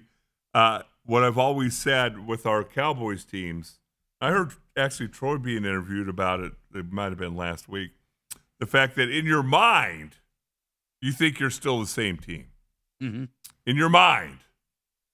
But the Kansas City Chiefs have been known to no less than the AFC Championship for the last 7 or 8 years. That's another season and a half of playoff football games on your body for most of these guys. And when the end comes kind of quick. You don't see it coming, you fall off a cliff. So is this the year that it happens in Kansas City? I think we said it a couple other years over the last 7 years, but they find a way to win. I will say this, not to take anything away from Troy, but I would go so far as to say Patrick Mahomes is the most talented quarterback the NFL has ever seen. And he is going to make that team better, even if the talent surrounding him is starting to slow down and starting to lack. I mean, honestly, if you saw all the throws this guy makes, he just makes plays. He is the ultimate playmaker at quarterback. And as long as you have that, if you're a team that has him, you are always capable of winning any game against anybody at any time, anywhere. That's the difference in regards to when people say, you got to get a franchise quarterback. Listen, some great quarterbacks out there, but I just think Patrick Mahomes is miles up. Maybe Josh Allen, or Lamar are capable of what Mahomes does, but as you can see, Buffalo's sputtering. Right. Baltimore was sputtering before Lamar got hurt. Those guys, but Patrick Mahomes, they've kind of retooled a little bit. They got a whole new receiving core. They keep retooling. Well, they have to because people want their guys. Free Correct. agency. So you got to give Andy Reid a lot of props for going out there and making the adjustments so that they don't get old and they don't start to rust. Well, here's the thing. I still remember after last year's Super Bowl where Philadelphia beat them. And Philadelphia just pressured Mahomes relentlessly. Yeah, you can't throw when you're on your back. No, and people were saying, well, they put the magic potion together to beat the Chiefs. Said everybody knows if you can just rush 4 and get to the quarterback and drop 7 in the coverage, you'll beat anybody. Yeah. If you could do it, Philadelphia's able to do that. Let's real quick go over and look at the NFC. The best records in the NFC. You've got Philadelphia leading the East at 6-2. Green Bay 5-2-1. Tampa 6-3. And then you got Seattle and the Rams at 7-2 in the West. You know, I saw one of the shows how what Matthew Stafford's doing over in L.A. Yeah. And I think he's your MVP. After 10 games. I think he's your MVP. He's doing some magical stuff over there, and he's able to do it because I think he has one of the best coaches in the game. Yes. I mean, think about when they lost what's his name? Aaron Donald. Aaron Donald to retirement. Yeah. You're saying, oh, that defense. You know, they just replugged more guys, young guys in. And they've hit on, you talk about a draft. Yeah. They've hit on some draft picks. And they hit on draft picks that weren't number 1 picks. Right. I don't know if they had even a number 1, a first-round draft pick. They had late-round draft picks, but they hit on everybody. Another good scouting department and right. good general manager. Rams, Seattle. Look at they both best records in the NFC, and you look at the organization, they know what they're doing. Right. They've proven what they've done. And so, and then you look at the NFC East, as we said, Philadelphia sitting here at 6-2. Looks like they're going to win the NFC East. You think? I think everybody had high hopes for Washington Commanders, but obviously with their quarterback Jaden Daniels out for another number of weeks with that elbow. Green Bay Packers, you see the Detroit Lions, the Bears, all 6-3. Bears win another game yesterday. When you talk about coaching matters, get the guy from Detroit, and it looks like they got them going in the right direction. You know, when I saw that first game Ben Johnson played against Minnesota, it was, what was it, a Thursday night game or first game of the year, wasn't it? And Bears lost, and I thought to myself, well, Ben Johnson, just hard to overcome Chicago's sloppiness. Right. But to come back and lead that team to where they are, although he has picked on some just loser organizations like that comeback against the Cincinnati Bengals a couple of weeks ago. Yeah. But he led them there. A win is a win. A win. win is a correct? win is a win. Exactly. So those sometimes when you're playing games like that, the difference might be you're just in your coaching staff that's in your pocket that makes the right call at the right time of the game to just push you over the edge. All right. We got a few minutes left here. Yep. Let's look at the Phoenix Suns, who I was very high on coming into the season. Not so much they're going to win an NBA championship or go deep in the playoffs, but I was excited to see a young and hungry team that liked playing basketball. Again, I go to the body language part of it. Last 2 years, yeah, did they have talent? They did. But I would rather the way Kevin Durant mopes around on the court, the way Devin Booker was acting on the court, Bradley Beal, whatever he was, I'd rather watch paint dry than drive down to watch a Phoenix Suns game. And now here they are. Jalen Green, arguably their second best player, has only played in, I think, 2 games. Mm-hmm. They're sitting there at 5-5. But what you see is you see a young bunch of, I told Steve this last week. There was one game last week to where there's a Suns player who dove on the floor. And I literally had to run it back because I said, I kind of thought that was Devin Booker. Mm-hmm. And I ran it back, and sure, it was Devin Booker who dove on the floor. He hasn't dove on the floor in 2 or 3 years. No, not with Durant and Beal and super chill guys. Yes. And so there's so much more fun and enjoyable to watch. They beat the Clippers on Saturday, 114-103.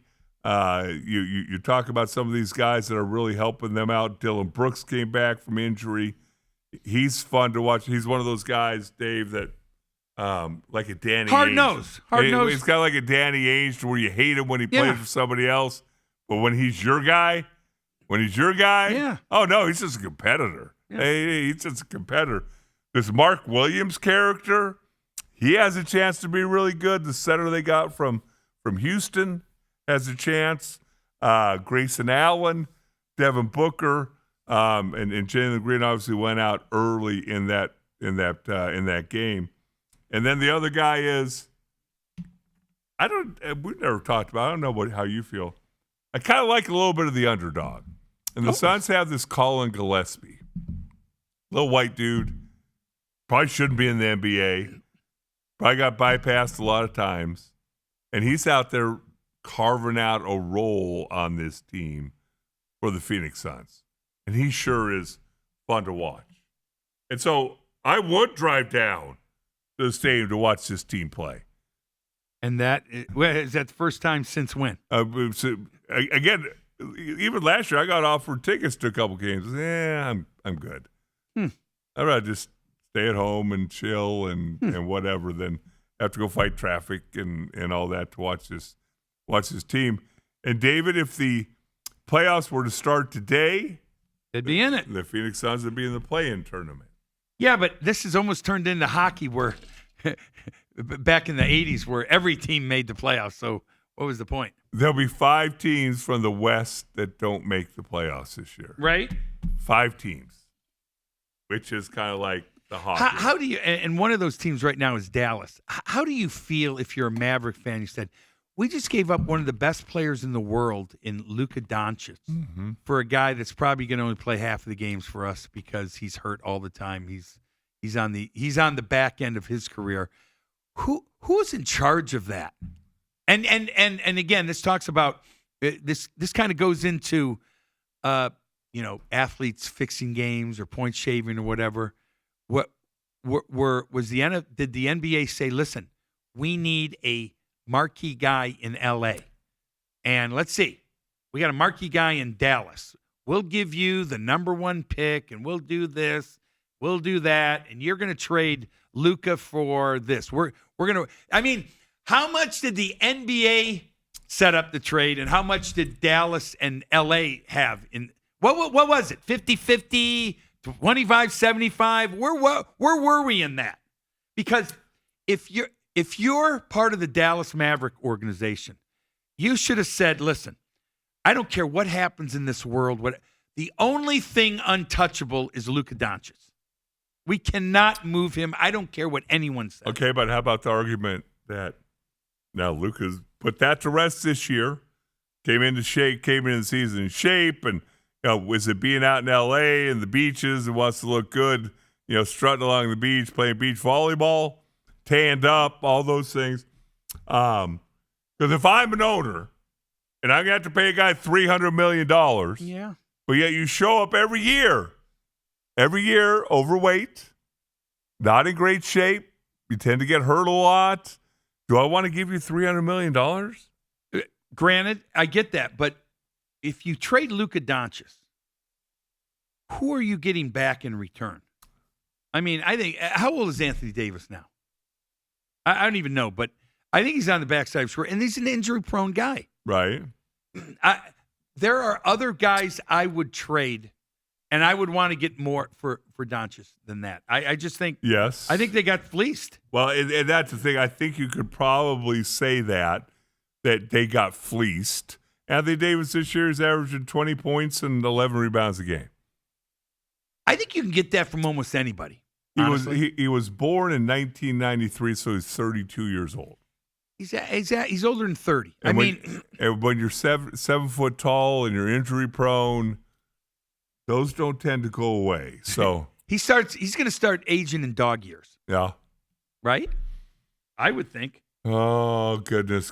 Well, the Phoenix Suns, as obviously we got the Arizona Cardinals this week will play San Francisco. the Phoenix Suns are off tonight.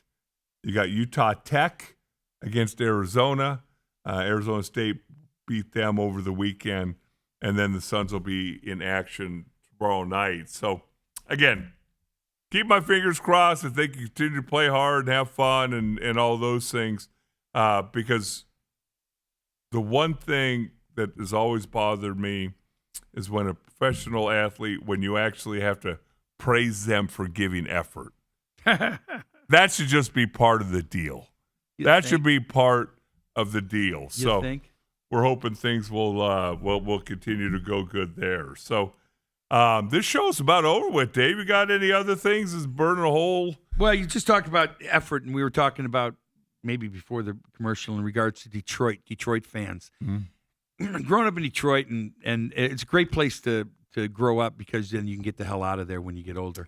But growing up in Detroit, we as fans there just said we don't really necessarily care if we win or lose. We want our guys to give us an effort. We want our guys to know the other team might beat them, but they're in for a fight. And we talked about the Red Wings. Red Wings for a while was just a terrible team. And then they brought in Bob Probert and Joey Koser, great fighters. I mean, you could probably go online and look up their fights. They have multitudes of videos of them fighting. And Red Wing fans were like, you know what? If we're not going to win, we're going to beat up the other guys in the process so that they don't want to come and play us anymore. Right. And there is such a thing in sports as intimidation. I think it is a very big overlooked factor in sports today. But and I think in our days, all right, get off my lawn. I'm going to go after that speech now. But people were tougher back then. I don't think athletes are as tough now as they used to be.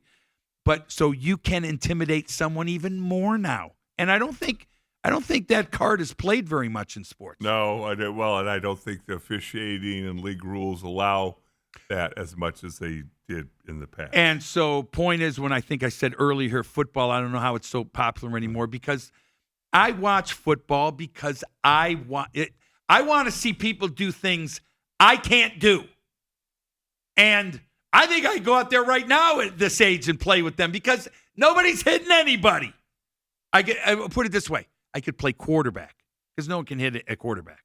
You'd play shotgun. You have to take one step drop and that's it. Fire it out there. I watched last night. You can't hit a quarterback. They were going. You can't hit a quarterback low. Yeah. Can't hit him in the head. Can't touch him. Where can you hit him? I mean, it reminds me of the Seinfeld episode where they were going to get in a fight and they're like, well, all right, no hitting in the face, no hitting in the. Yeah. You could basically just hit someone in the forearm. That's it. I mean, what are we doing? Is that football? That's not the football I know and love. Again, get off my lawn. It's my old guy speech, whatever. But I expect football to be violent, played by guys that are violent, and I want to see them do it, not me. And I'm not seeing any of that anymore. So good luck. Good luck to football. David, thank you for getting up early, coming in and replacing Steve on his day off. As always, look on Wednesdays for the Matrix. That was called The Matrix? The Real Matrix. The Real Matrix, starring The Angry Patriot. You'll notice similarities between The Angry Fan and The Angry Patriot. Twin brother. Twin brother. Like this world needs two. Like this world needs two. You're right. Appreciate you getting up early. Everybody else, we will be on tomorrow on Veterans Day. Steve will be back. Thanks to Kobe for getting everything running smooth here on this Monday morning. Everybody have a great day, and we will talk to you later.